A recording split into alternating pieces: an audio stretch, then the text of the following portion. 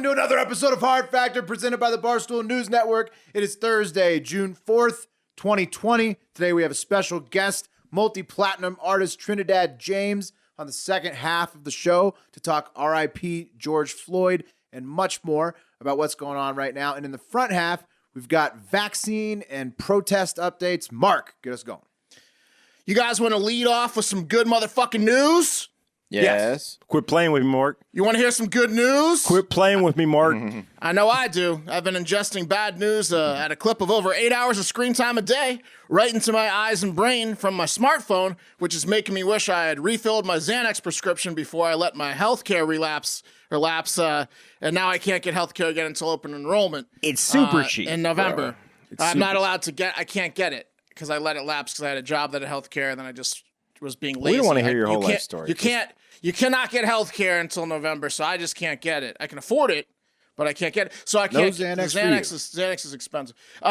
Anyways, Wish I had a Xanax with that story. you guys want to hear some good news? Yeah. All right.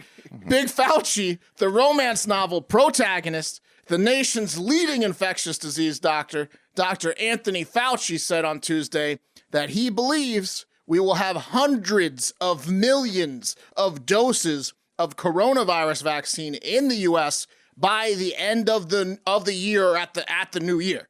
Oh, wow. Did you hear that? So by Christmas, you're going to be vaccinated, kind of. Right around then, hundreds of millions. This is huge for my first potential New Year's kiss. Which is going to be also great for me getting my health care in November. This is perfect timing. Trump launched Operation Warp Speed a few weeks ago and assigned a group of top officials with one goal: to develop and identify an effective vaccine and get that shit out there. And they might as well have named it Ludicrous Speed, because just 2 weeks later, and Fauci is saying in interviews that hundreds of millions of people will be able to get the vaccine in This 6 is months' only time. the people who are into the Gates conspiracy theories. This is only going to push it up higher. Oh, yeah. Yeah. They had it the whole time. Well, okay, well. Turn the all right. volume up to 1,000 on those conspiracy Maybe theories. I'm naive. seems like good news to me. That's it. I mean, nothing left to say, but fuck yeah. Great job by everyone involved, and great job by Trump launching this operation and getting it done.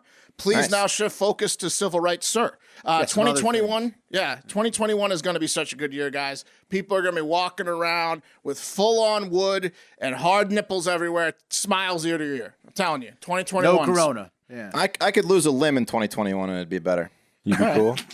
Just trying to keep it upbeat. Throwing this out here. If I was Fauci, now would be the time to lie about a vaccine coming just because we need some good news. Just putting that out there. Sorry, Mark. President Barack Obama participated in a virtual town hall roundtable event yesterday, also known as a Zoom call, with former Attorney General Eric Holder, an activist from Minneapolis, sponsored by My Brother's Keeper Alliance, a nonprofit that Obama founded.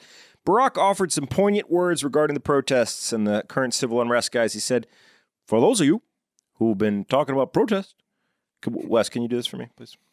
For those of you, for those of you who've been talking about protests, just remember, this country was founded on protest. It is called the American Revolution. Every step of progress in this country, every expansion of freedom, every expression of our deepest ideals have been won through efforts that made the status quo uncomfortable. Love it. Yeah, Decent. that's Not bad. I give it a C. Yeah, you can get, but that was pretty good. You got into it. Cold. You got into it. You could feel Yeah. like it was almost a journey for me, feeling you work your way back in. Right. It was Yeah. Wes great. is going to be staring at the mirror doing Obama all night tonight. Yeah, I'm working on for you Trump, old school it's Hard been- Factor fans. That was a literal popping of the clutch because Wes was in first gear and he had to take it to fourth. Yeah. Skipping 2 and 3, guys. Tu Tao, J. Alexander Koenig, and Thomas Lane, also known as the 3 Minneapolis police officers who let their colleague murder George Floyd, were themselves charged with varying degrees of murder yesterday. They're in custody and await what will surely be a highly contested trial process. And then protest guys continued around the world into last evening, and thankfully it seemed that the demonstrations continued to trend toward civil disobedience and away from looting and rioting. Seems like things are chilling out. Less violence is what I've heard. You know, it's interesting. Obama, he had a crazy idea where he just said some words that were reassuring to people who were extremely upset. Right. And it seemed to work out like gangbusters, you know? It must be a leadership thing. I don't know. It's like if you equate it to like music, if you're gonna listen to like R&B, you're probably gonna be feeling good, maybe make a little bit of love. If you're gonna listen to like heavy metal, you're probably gonna like be bashing your head up and down and want to like break stuff. You know what I mean? Like, look, we've all been in situations before where we're the boss of the group, like that terrible soccer coach who led the Thai boys into that cave. Oh, God. And when that responsibility is on your shoulders, sometimes you got to look at your Thai boys who are most certainly going to die and say, everything's going to be okay. Don't go in that cave. Yeah, even though it might be a lie, guys. Anyway. I think right now Trump needs to be like, hey, guys, we're in the cave. Yeah. We need to swim out. Is he going to do that via Twitter or who knows? Anyway, yes, civil disobedience more common, looting less common. Very good. According to CBS News, over 13,500 people have been arrested across 43 cities in the 9 days of protesting. That's their stat. Let's talk about steaks. Do you guys even know what day Father's Day is? It's June 21st. I looked it up. It's usually on a Sunday, right? Yeah. Yeah. That, guys, is why they don't have Son's Day. You've done enough. It's time to make things right by getting your dad some 100% American grain finished beef, naturally aged, at least 21 days, so you know it's legal. Delicious, thick, juicy Omaha steaks to ease his disappointment in you. I got these steaks, guys. They sent them to us, and they're all gone. And if all I got to do to get more of these steaks is have a kid and live until they become financially independent, then show me where to make the pregnancy, because I am in. These steaks are amazing. They are fantastic. Literally, my roommate was eating one of the steaks. I let him have one. And he was like, what beef is this? And I was like, it's from the Midwest, bro. That's how you know it's your good. life. It's just... Yep. These are 2021 steaks. You don't even really deserve them this year. Yeah, these are pious, clean living from cows. the future, honestly. You're going to love it, guys. And right now, Omaha Steaks is offering our listeners access to a variety of amazing packages that are perfect to send dad for Father's Day. So go to omahasteaks.com, enter the code FACTOR, F-A-C-T-O-R, in the search bar, and you'll see all the great options available. Many that include free shipping. Take that, Jeff Bezos, and free 1 pound package of their perfectly cured, incredibly thick thickens. That's a trademark hard factor term. Applewood smoked steak cut bacon. This shit will fuck you up. There are many packages available. You should get at them. They get shipped straight to your dad's front door in times for Father's Day. Again, that's June 21st. Get on it, slackers. It ain't just steaks neither. They got hot dogs, burgers, bacon, sides, artisan desserts made by fucking artisans. They got everything. Yeah. Pat, you're not going to believe it by looking at me, but I went through that whole package. I did the dogs today. Had a little bit of chili, put them on the dogs. Whoa! I believe it, Mark. The hot dogs. I was wondering why you were wearing a pretty good. Sweatshirt in the summer. Omaha Steaks delivers guaranteed quality and safety with every order, guys. So send Dad a gift of food he will love this year. Unlike you, make Father's Day simple this year. He might after you send the steaks, but it's dependent on the steaks. Let's be honest, guys. Send them the fucking steaks. Get on the bacon. Free shipping. It's going to be amazing. omahasteaks.com. Type in Factor in the search bar. Shop for Father's Day today. Hey, also, definitely do it because we're super poor and I'm seriously in debt. And every time you type in Factor and you give your dad a gift, it's a two-birder. You're helping Hard Factor out too. Oh, yeah. Merch and ad deals. That's if you want to support the boys. All right. Looks like the Hard Factor boys aren't the only ones that are uncomfortable with using the U.S. military to put down a nationwide protest. You wouldn't believe it. The actual military also seems to have a problem with it. Secretary of Defense Mark Esper said on Wednesday, I say this not only as Secretary of Defense, but also a former soldier and a former member of the National Guard. The option to use active duty forces in a law enforcement role should only be used as a matter of last resort and only in the most urgent and dire of situations. We are not in one of those situations right now. I do not support invoking the Insurrection Act. He sounds kind of like a sportscaster. He sounds lazy, if you ask me. Yeah. Well, he doesn't want to use his troops, to move on the civilians. He also claimed that no tear gas was used by his troops the other day, clearing the church. So I guess it was smoke bombs and not tear gas that they shot at that priest. Or I think what Esper was inferring is that the cops did that and not the army. Is that even though it said military police, it was I don't know how that works. I don't know how that works. Even the fucking military is going after the MPs are in the military. Typical. Yeah. Okay. Sounds a little funky all around, but he is not cool with it. Also, to nobody's surprise, General Mattis, the former Secretary of Defense under Trump, took this opportunity. The Mad Dog. Yeah, he took this opportunity. He loves fucking with Trump.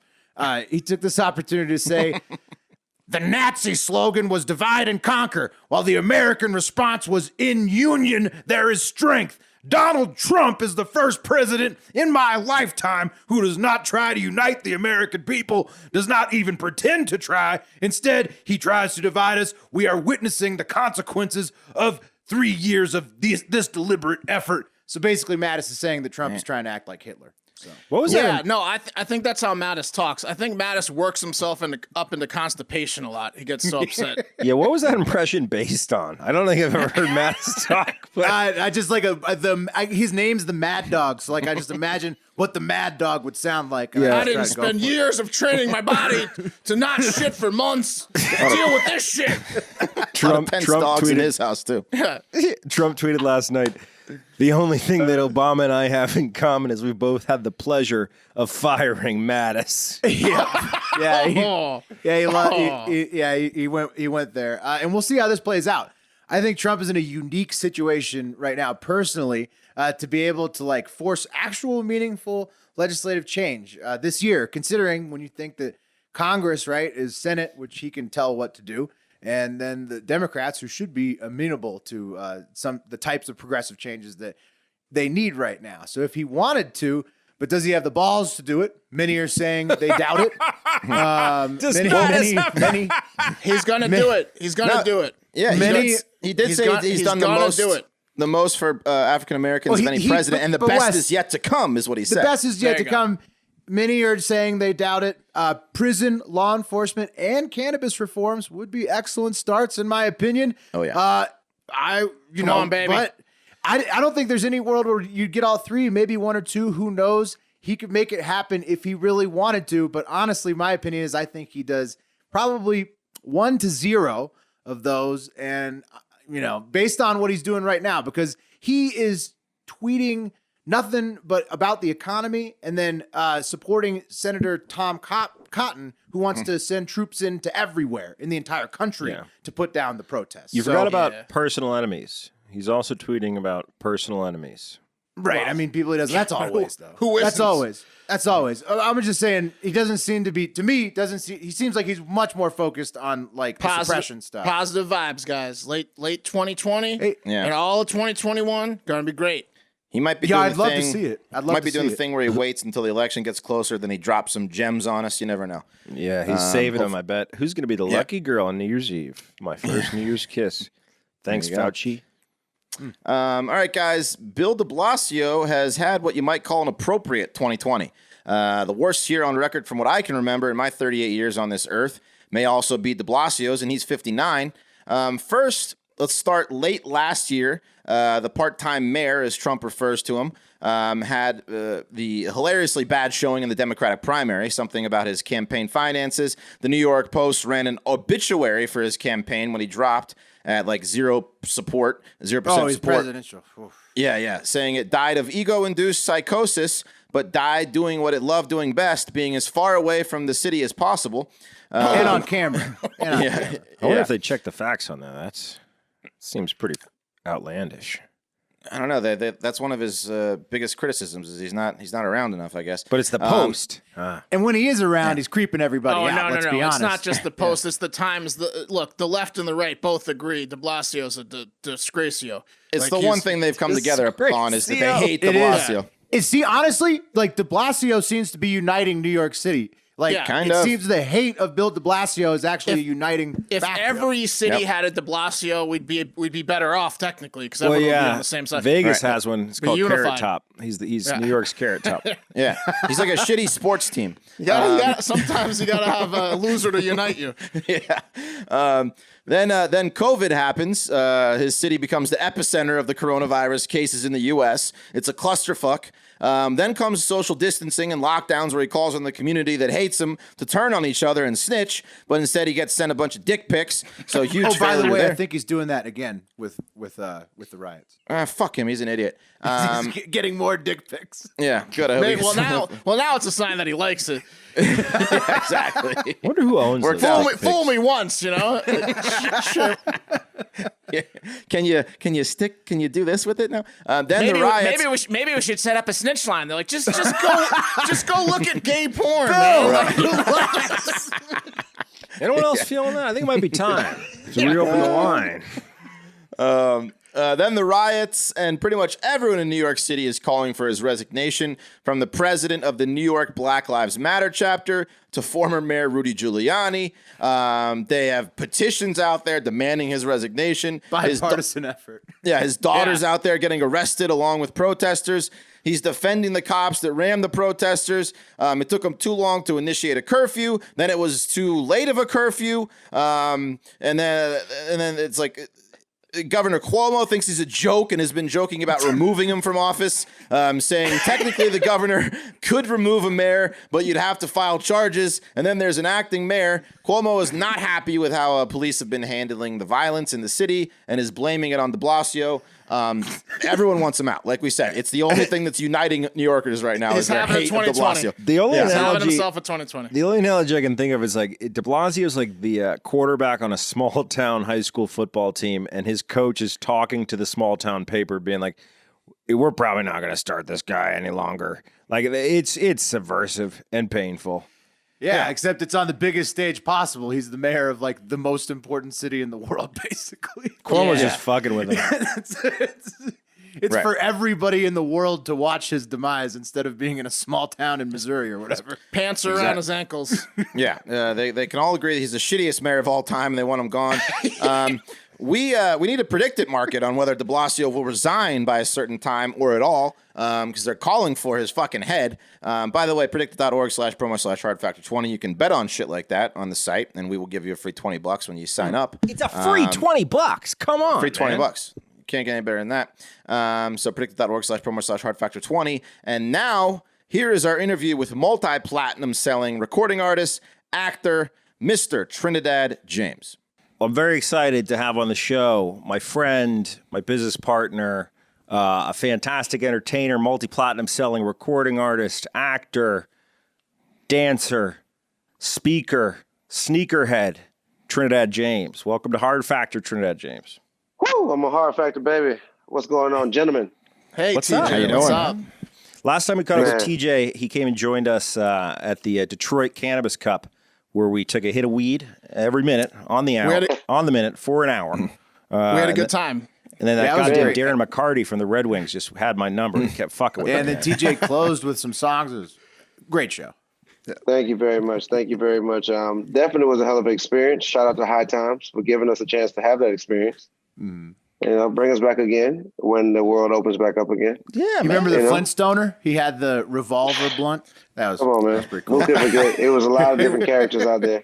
Yeah, You know? he was like, "Hey, I sure. rolled a blunt into a gun, a revolver. You guys want to Wow. smoke with me?" We're like, "Okay, you're the winner of the Nobody's High Times beating him. World's Chillest Pro." Exactly. Nobody.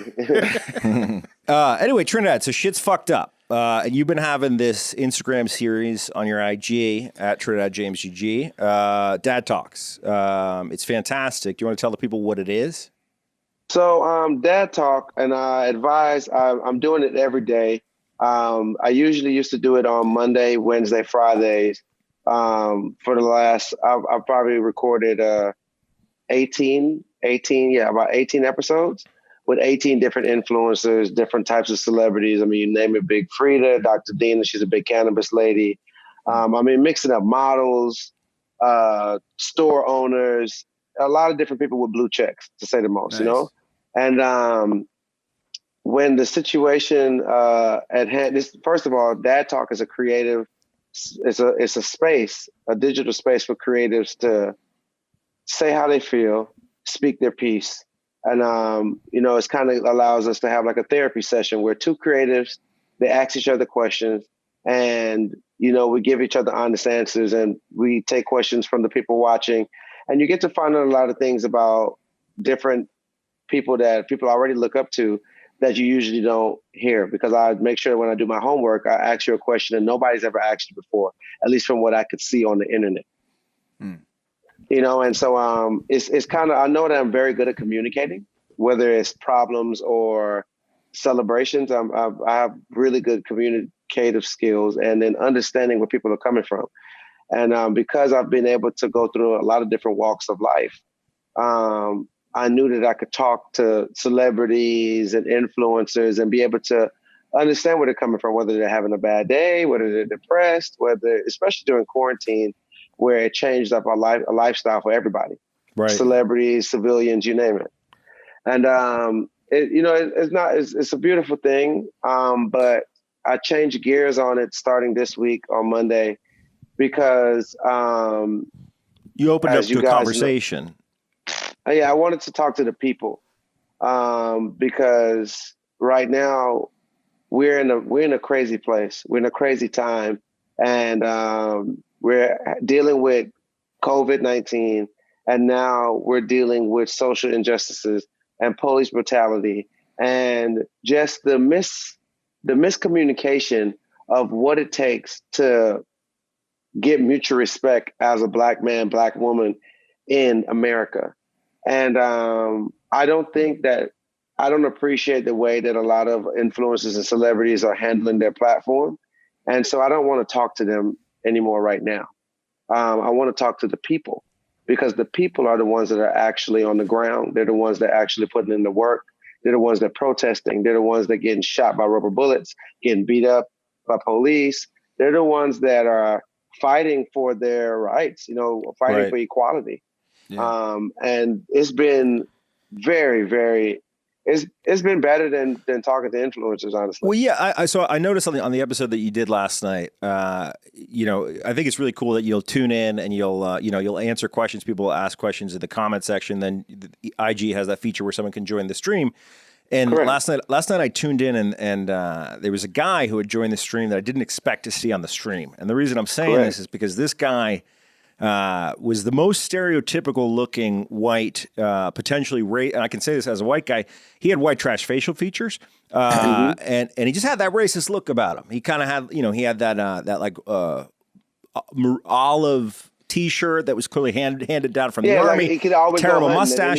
He could always go hunting. I didn't expect to see him on your feed, but I thought the conversation you guys was very interesting, because he came on and essentially said, what do you do when everyone in your family is a racist?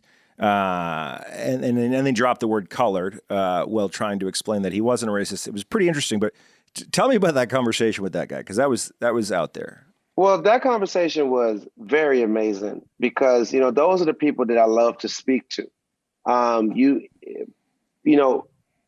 To get an ally, to understand people, you have to understand both sides. You can't just talk to people that see things the way that you see it. If you only talk to people that is like-minded like you, then you only have one perspective on life. So it was very good to talk to a person like him, because he knows what it is to come from a racist family. He knows what it is to be actually racist. He's a real white American. Right. He said Kentucky. That he didn't know that racism was wrong until he got into high school, because it was normal for him. It was like, oh man, that's just my dad. If you grow up racist, it's passed down generation to generation in your family. And if your father's father's father's are racist, and your mother's mother's mother's are racist, and your cousins and your father's friends, if they're all racist, then you cannot understand that you are a part of something that is not good. To them, it's like the sky is blue almost. It's like life is perfect, because that's the life that you're living. That's comfortable for you and your family. Right. Had he seen the video, this guy? Is that what changed for him before he came on your show, or what was the? Because I've heard of people who still haven't seen the video of the murder, and I think that everybody should watch it if they haven't. Well, I think he's definitely seen it, but I think that this particular there were protests in his small town in Kentucky. So that kind of like really has him feeling a feeling in his chest and his heart, because he doesn't want to be like his parents or his family members. He wants to be himself. He wants to love everybody. He wants to treat everybody. He's going to have to start with the mustache if he wants to get out, not be like his family members. Quit knocking on his I'm looks, kidding. You're doing a little profiling there. Come on, I can. When he said he was from Kentucky, I was like, yeah, it was down to 3 states for me. There's another one. It's awesome you're having those conversations, and it's super interesting. But I guess that kind of like begs the bigger question. So Trinidad, you're originally from Trinidad. You're an immigrant to the United States. You spent some time in Canada, but you ended up in Atlanta, right? Like Atlanta is your home base. Obviously, Atlanta was a epicenter of protesting, demonstration, and turmoil, right? Obviously, it's a black city. Yes, I was there. But, you're right, and it's a it's almost like the black capital of the United States. What was your take on what was going on in Atlanta? What's your take generally on what's been going on in terms of the media manipulating or kind of how the media is selling what's happening, what the actual movement is? What's your general take? Well, you have a lot of black leaders in Atlanta, Georgia, from the standpoint of there's a lot of money, a lot of capital, a lot of black-owned businesses. A lot of the music entertainers are from Atlanta, Georgia, live in Atlanta, Georgia. It's a big musical hub now, especially with hip hop being the #1 genre in the US. A lot of that talent, a lot of that energy comes through Atlanta or from Atlanta. And that stands for a lot. And so, also Atlanta has always been a protest type of state, where it's always been things like this happening from even in the past. And, right, the last being civil rights movement, right? Yeah, you know what I'm saying? So being from the South, you already know that's not an easy path or easy journey, no type of way that you take it. But the thing that we realize now is that you have a lot of people that's leading these peaceful protests, or not even per se just all peaceful protests, but nonviolent protests that turn violent when people are infiltrating into the movement and coming with their own energy. Whereas just we want to steal, we want to fuck shit up, we want to do whatever. See a lot of that yourself? Did I see it? I didn't get to see it with my own eyes. I did not get to see it. I was a part of. I spoke at the town hall meeting in Atlanta, and when I went out to protest, the military had now come in and took over. So it didn't work out for me. And then I ended up leaving, coming back to Florida. And they've been protesting again. It was, had thousands of people protesting yesterday, and they might have had people protesting today. Here in Miami, they're not protesting. Miami's not really a protest type of place. They're protesting more in the outskirts of Florida, But Miami, that's not their energy here. It's more about pastels and dancing. I mean, Miami's it's a cultural hub. It's a cultural hub. It's different, Back to what you were talking about, though, about the infiltration. Like, you're starting to see a lot of videos of like protesters like turning in these people that are like just there to spray paint, just there to vandalize, just there to fuck shit up. Like Antifa, yeah. They're like, yo, we're trying to protest. What the fuck are you doing? And they're like, they're not having it anymore. It seems like. Well, you got to address it, man. If you don't address it, at the end of the day, negative shit gets blamed on black people. Mm-hmm. It is what it is, man. That's the hard factor. That's what the hard factor is right there. It's true. Negative shit is blamed on black people. If some negative shit is going down, the quickest assumption, if it's weed on a hallway in a condo and there's 5 people that live on one side and you smell weed from that side, it's a strong probability that the black guy's door is going to get knocked on first. I've experienced this firsthand, what I'm saying? Even when, and it wasn't me, and it's just, that's the way that things are that's what they are right now as we speak, How do you feel about, so there's a lot of debate going on about nonviolent versus violent protests, right? And I think there's a bit of confusion, but though I think there's a bit of a gray line as well that I'd like your thoughts on. So, obviously looting, stealing, it's dumb shit. No one should be doing that. We can all agree on that.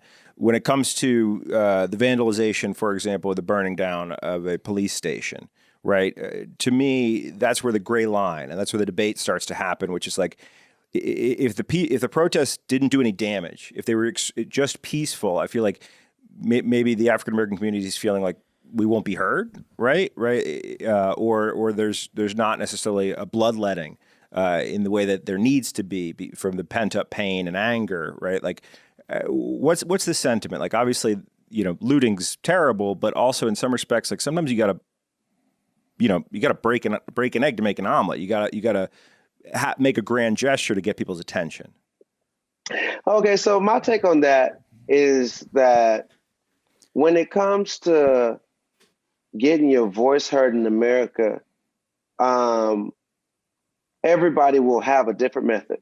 And that method could be peaceful. That method will be peaceful. That method will be violent. That method will be different measures that some of us has never seen or experienced.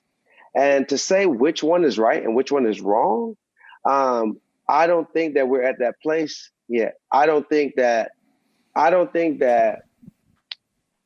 you would have as much violence if you didn't have infiltrators jumping into the movement, because a lot of people lead off of example. If one person see another person doing bullshit, then they're going to continue to do bullshit. But if you got more peaceful protesters and more organized protesting happening, then you have people who could call out bullshit like, "Hey, young man, that's not the way that we're doing here."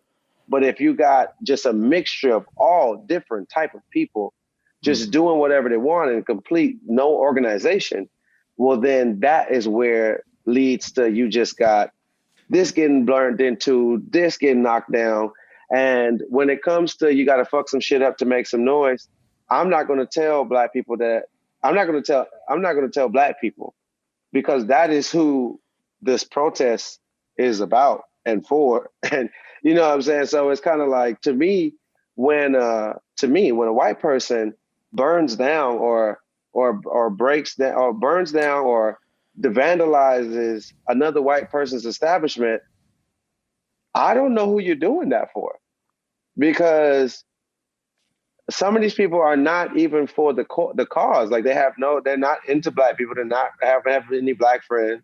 So, some people just like destruction. They like the melee. Anarchy. Anarchy. It's just like freedom, because we are all very stressed. We are all under a lot of suppression, especially coming off of 2.5 months of quarantine from COVID. Yeah, lockdown. Yeah. Yes, lockdown. for You know what I'm saying? Like, this is mandatory lockdown. Trinidad, I think a lot of our listeners, a lot of Barstool's listeners are younger. This might be the first, real riot or something they've seen. They might not have been around in 1992, but it seems like this is happening. It's happened every 15, 20 years. Nothing really has much changed, even since the 60s, since these big riots, these big protests. Right. Do you think this? Tulsa. Yeah. Do you think this one will make a change? Do you think anything's different this time? Do you think anything's going to come about this? And what do you think should come about this to make things different? We're educating the young ones. Those same young ones that you're talking about, they're being educated. They're getting a tough lesson. That, once again, that hard factor that we talk about. They're getting a hard lesson, but they're also getting an educated one, because they're already educated. They're already in school. They're already tech savvy. They already have a millennial way of thinking. So they already think different than all five of us here right now. Yeah. You know what I'm saying? They think they're more right than we are. You know what I'm saying? They have a way of doing things. They're already vegan. But they're young. They don't know. What changes do you think, and what charities could people, like us, donate to? I know I've been struggling to sort of figure out, how do you help from afar when if you're working during the marches or whatever, but you still feel for the cause and you want to help out. You donate. You donate. The two things that you definitely can do is, the first thing you do, you donate. And when it comes to, let's start with donating. When it comes to donating, the first person that ever should receive a cent from you is the family of the guy who died, because this is how this started. This particular situation is boiled up of 470 other unlawfully Black deaths by police brutality. But this particular one was the straw that broke the camel's back. So you start there with the family, because he has a daughter and a wife. So you start there, you donate to the George Floyd they have a GoFundMe for them. Yep. Then if you still feel like donating some more, then you go from there, and then you support the protesters. You support the people in the street, because even though you're white, equality goes for everybody. The quicker and the faster that Black people can truly feel respected is the more respect that you can get as a white man walking into an establishment with Black people. Right. This respect travels far. This respect is not just for Black people to respect Black people or for white people to respect Black people and then they treat white people like shit. No. This respect is a mutual respect that we deserve, that respect that we give each other when we met for the first time, when we had dinner. Or whatever, Right. You know what I'm saying? It's not like, oh, you're trying to be Black or I'm trying to be white.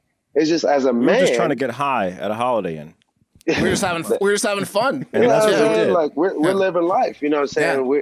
But respect is important. And when somebody does not feel respected, it's hard for them to give respect. So I would say from a donation standpoint, you start with the family, the George Floyd family. Yeah. Then after that, you fund the protesters.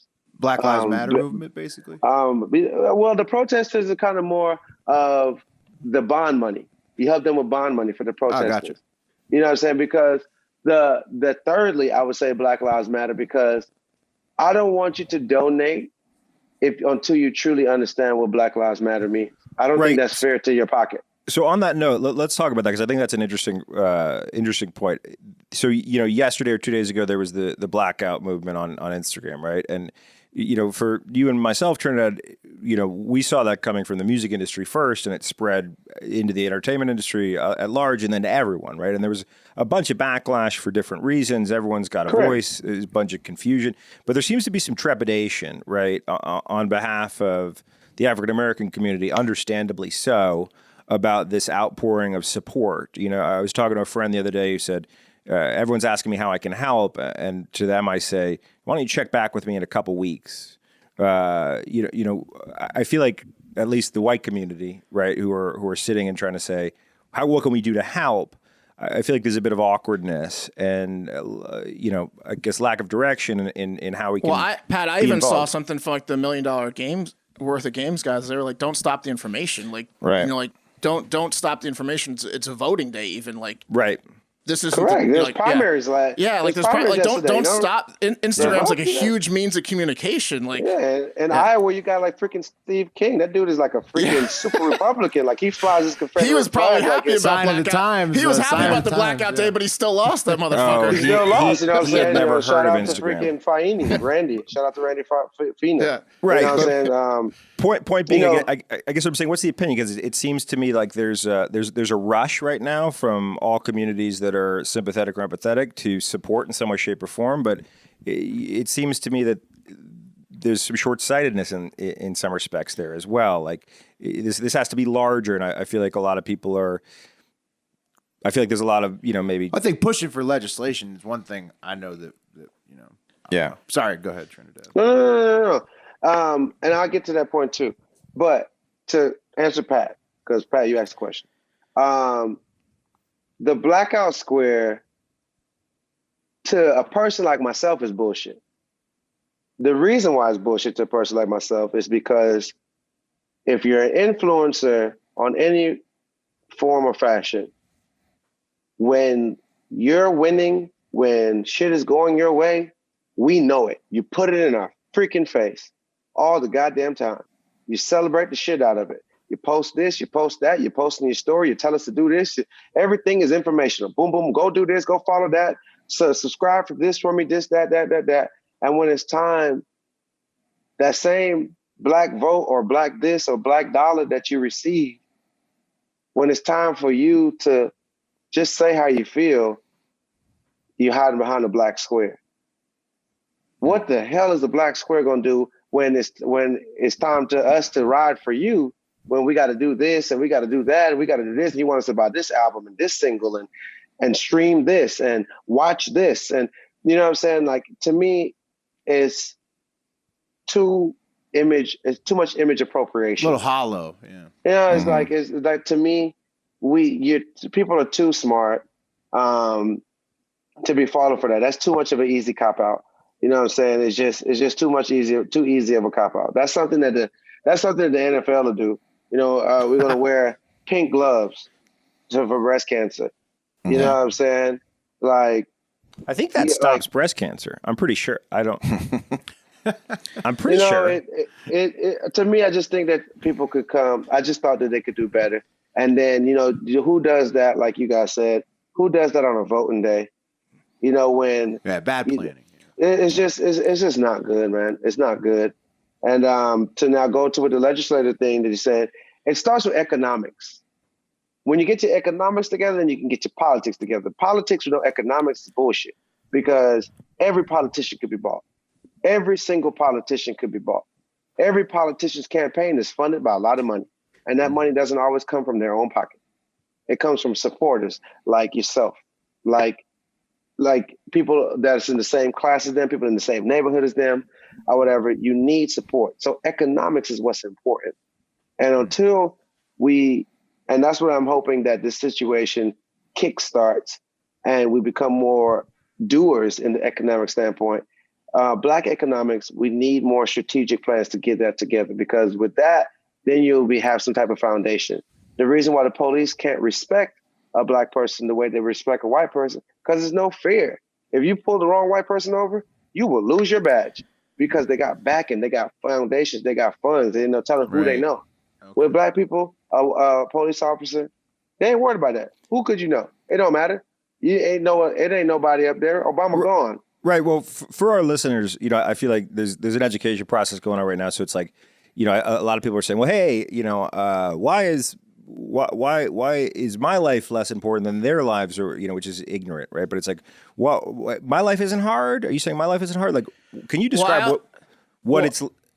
Oh, I'm sorry. Let me piggyback on this. Let me piggyback on this. A lot of things I'm seeing too are like, why weren't people mad about the protest to open up the economy? Why weren't people mad? Like, a lot of people are sidestepping from the issue at hand and saying, why not be mad at this, but be mad at this? That's just more of the same. And to me, I think that's a cop out. Like, why can't we talk about this particular issue and not worry about all the other issues or whatever you're mad about? And why can't everyone think about this, at least listen about this and think about this, and not compare it to another fucking issue? Like, right. That upsets, that bothers me when people do that. Like, why aren't you mad about the Michigan militia? It's like, shut the fuck up, and why don't we just all deal with this right now and think about this? I don't know. To our listeners, like, what's it like being Black in America and dealing with the police?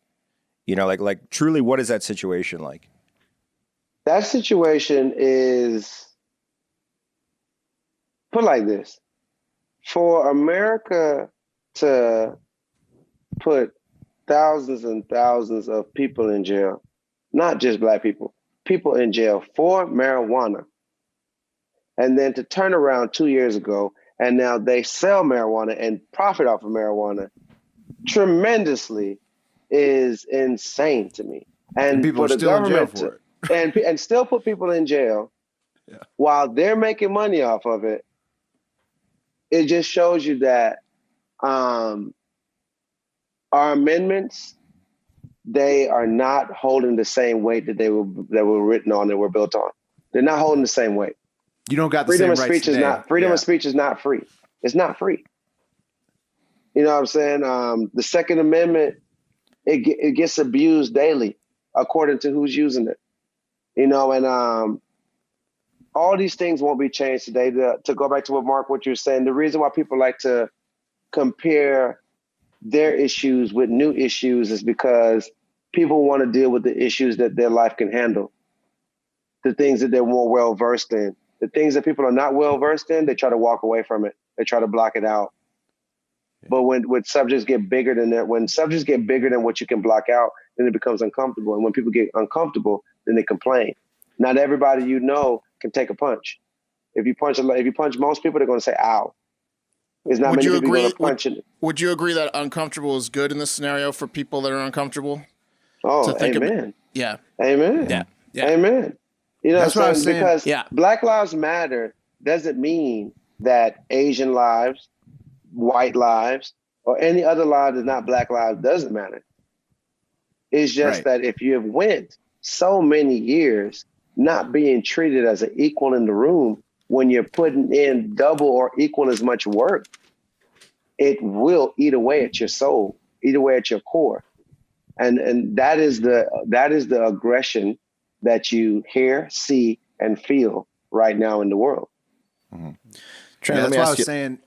Sorry. Go ahead. Well, I was just going to ask. Go back to the legislation stuff. I mean, if you were say you were invited to go and sit down on a panel of people that were coming up with ideas for new legislation, do you have any ideas of things that you'd want to see on that legislation, or what could make a big change? Yes, sir. 3 things. The third thing is the newest thing. It came from one of the kids that I talked to today on my Dad Talk. So the first thing would be this. When it comes to voting and when it comes to positions of power, you need a man and a woman. It can't just be all men from here on out. You need to have a man and a woman, because a man cannot do the right things when it comes to women's health care. He just can't. That's not our job. That's not our job. It's things that matter, that didn't matter 10 years ago, that deal with women, that especially with women's independence now, that matter, and we can't handle it as men. So I feel that in every position, even as a president, you need to have male and female. Moving on every title. And hopefully related, because you don't want them banging. Because if you have the man and the woman at the top, eventually they're going to bang, and that's not going to be good for anyone. Well, if they're related as marriage, you mean like brother and sister? What are you talking about? I just mean like whatever dynamic you need for two people to not fuck. Okay, sorry. Well, as you know, women in power, they don't play the fucking radio. They don't play around. They're some pretty hard sons of bitches. Oh, every woman I've ever dated is a woman in power. Shout out Erica when it comes Nardini. to me. But so that's one thing. So moving forward, when it comes to voting, you vote in the male, you vote in the female, because you need both opinions. You need both people working. Second thing, what is it? Boom, boom, boom, boom, boom. I forgot the second thing, but the third thing would be implementing. Oh, yes. You could only be, everybody in the place of power needs to be in between the ages of 30 to 39. And I know that sounds a little crazy, but the future, I'm only thinking about the future. I'm not living in the past. I'm truly not living in the past. I'm only thinking of the future. And, we're older. We have done what we're going to do.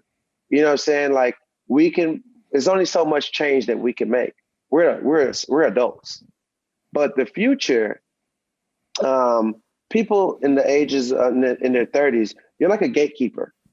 You understand the quos and the woes and the complaints of the young people. And then you understand the importance of the older. And I think that with tech becoming such a driving force in everything that we're doing, we have cars that can drive themselves now, that you can buy now. You have people going to space like it's nothing. Like, oh, we just sent somebody to space 2 days ago. You know what I'm saying? Tech is. I left my sunglasses in space. Right. I saw a stat the other day that the average age of a federal rep is something. It's like in their 60s, I think. So right.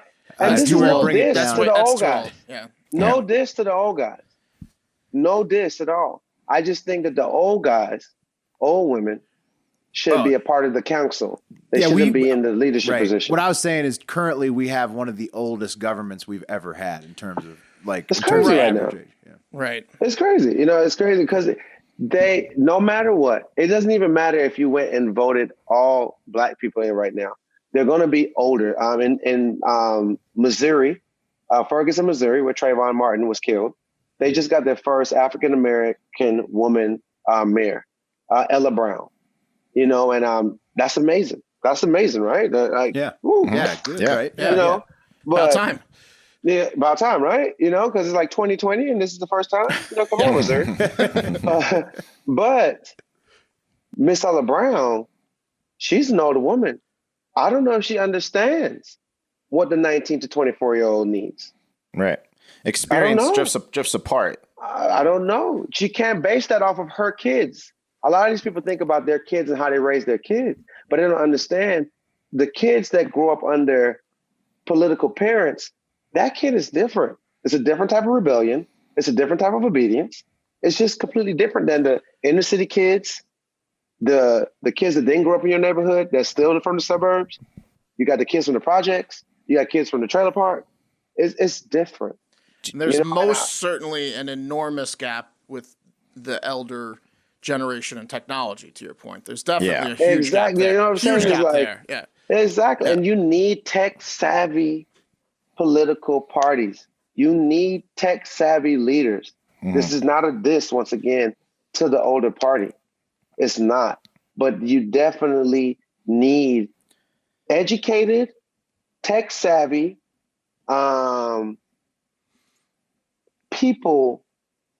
person, war-ready 30-year-olds. Yeah. So well, that's my two things. Younger than they are today, question. that's for sure. Was That's my there thing. a third one? Was there a third That was, well, the third one was, the two was, like I said, a man and a woman. And then the second one was 30 to 39 or 30 to 40 in between there for political leaders. And then the third thing was this kid, he, once again, another kid, Tech for Justice. So when the police pull you over, he's developing an app that they would scan your license plate and that would click off a QR code. The QR code would go to the officer and it would go to the person in the car. And if this is just a routine traffic stop for like something minor, then you can handle everything without the officer having to come to the car. Because a lot of people get so nervous. Right. They don't even have any Rightfully drugs, so. a gun on it. They get so nervous because police have such a fair tactic, especially black people, such a fair connotation, negative connotation over their head that you just automatically feel guilty for something you haven't even done. This really eliminates that fear that, a little bit. It's still, a lot of things and kinks to work out at, as far as like, if you got a warrant. Step in the right direction. It helps, you know what I'm saying? If you have a warrant, then this is null and void. Like they come into the car, you're in trouble. You know what I'm saying? But instead of a busted taillight or something leading to you getting shot in your own car, you know what I'm saying? It's like, I would pray and hope that a cop is not waking up to kill somebody.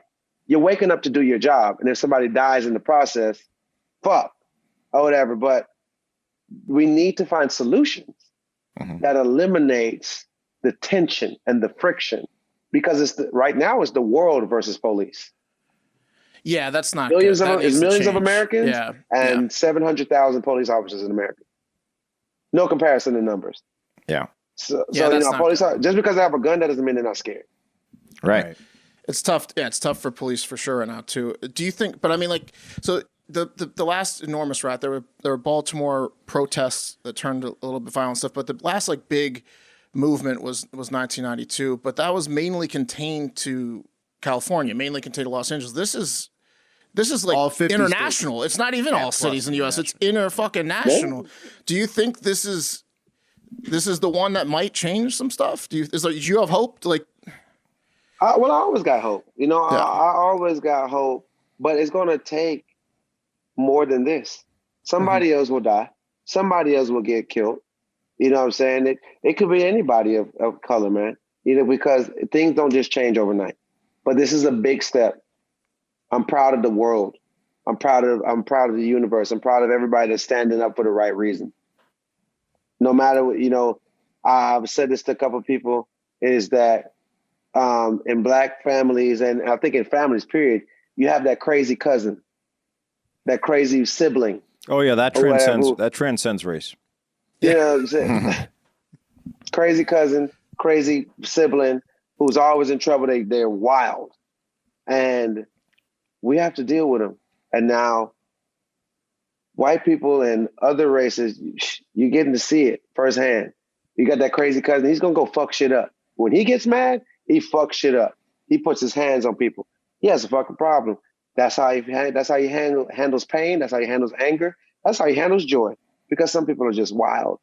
And so the methods that people are using, they will look wild. They will look crazy because they are wild. They are crazy. but these are not just coming from anywhere. They're coming from time and time and time and time of peaceful protesting. I don't ever know of, from my readings, of Martin Luther King having or inciting a riot. He still got shot cold-blooded. Mm-hmm. You know what I'm saying? So, but it was for a cause. It's for, that 8 days after the fact of Martin Luther King dying, the actions of the Black community led to the civil rights movement. You know, so it's certain things, like to answer your question, this situation with George Floyd, that certain things will come from this that hasn't happened to this day to this day that we're at. I hope so. I hope so too. I think so too. Yeah, and we got to keep we have to be consistent. We have to keep the march going, and educate people that want to be educated along the way. You should never force yourself to learn what Black Lives Matter is, but it is important. I can't force you to understand what's right, because I think that when a Black person shows you love, or works for your company and works hard for a white boss, that's the respect, because they respect you, they appreciate the opportunity, they respect you, and respect should always work on both sides. And, it shouldn't be forced. It never should be forced, man. Well, Amen. We love you, TJ. We respect you. Thank you for coming on our show. Likewise, guys. We really appreciate it. Thank you, TJ. Hey, you guys, Thanks, I man. appreciate you, man. To everybody that listened, I hope that you were able to hear something that could help you move in the right direction to understanding what equality is really about. This world, before all lives could truly matter, Black lives have to be treated equally. It has to. Or else we'll keep finding ourselves in these crazy times and crazy situations. We're on a curfew right now, and we're adults. Yeah. We're adults. Yep. Adult curfew, and it's not the first time. I mean, this has been decades. 2 curfews in half a year. I'm kind of on a curfew every night because they stop selling booze at midnight in Texas, and then they don't start. The It's a world whole has thing. Pat on a curfew. No, I know. Hey, what about that Killer Mike speech, man? That was the fucking shit, huh? Oh, well, Killer Mike is a true activist. Killer Mike is a very intelligent Black man, no matter what. If he didn't do music, since he was a teenager in high school, he's always had a voice. He's always seen injustice for what it is. That's just how he came up. His parents, they taught him that way. He sees he's a country boy, but he's a country boy with sense. So he sees it for what it is, and he's not scared to hold his tongue back. And he's very precise with his words. And we love Killer Mike. We love him. We appreciate him. I let him talk in front of the news any day when it comes for Black matters, per se, or Black lives, because he truly cares. And those are the people that you need. Those are the type of leaders that we need, people that truly care about the culture, because you won't get respected if you can't respect your own culture. You have to show people sometimes how the narrative should go, because they don't get it. And that's the life that we live. That's the life that we're in. And that's going to do it for Hard Factor. Thank you so much for listening. Hey, we have that t-shirt out. Like Will said, what really helps us, you can help the boys out, buy a shirt. Really helps us out. Go get some steaks. That helps you out. It helps us out too. So that's good. Follow us on Twitter, Instagram at HardFactorWill, at HardFactorPat, at HardFactorMark, at HardFactorWes. Check out our videos on YouTube. Subscribe there as well. That also helps us. We get some radio today. Yeah, we're doing radio today. So tune in at 11 a.m. Eastern on Power 85 Sirius XM. And most importantly, have yourself a great fucking day.